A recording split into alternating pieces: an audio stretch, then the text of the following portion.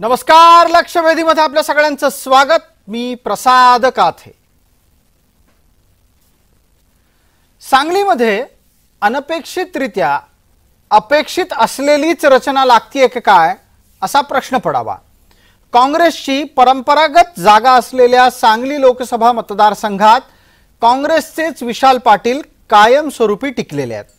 त्यांचा उमेदवारी अर्ज मागे न घेतला गेल्यानं त्यांना आता काँग्रेस बंडखोर अशा प्रकारचं लेबल लागलेलं आहे। विशाल पाटलांच्या या आत्ताच्या वर्तनाच्या समोर चिंता वाढली आहे ती चंद्रहार पाटील यांची।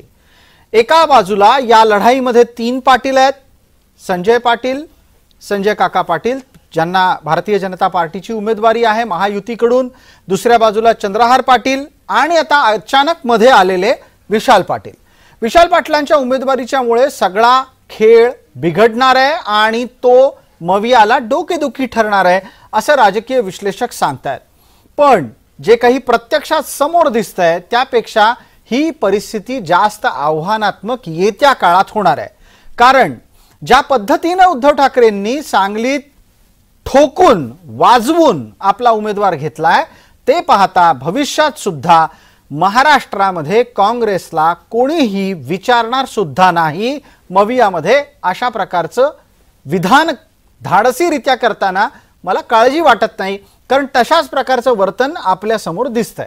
आणि म्हणून सांगलीतलं राजकारण हे येत्या दिवसांमध्ये मवियातल्या काँग्रेससाठी आणि ज्या वेळेला विधानसभा लढायची वेळ येईल त्यावेळेला सुद्धा काँग्रेससाठीच अडचणीचं ठरेल।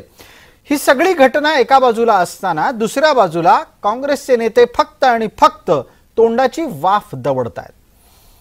मवियातून ना शी उबाठाची हकालपट्टी होते ना काँग्रेस बाहेर पडते। सांगलीत जिथे काँग्रेसचं परंपरागत अस्तित्व असताना त्या अस्तित्वावर बळजबरी ठाकरे आपला शिक्का मारतात ते निमूटपणे सहन करते।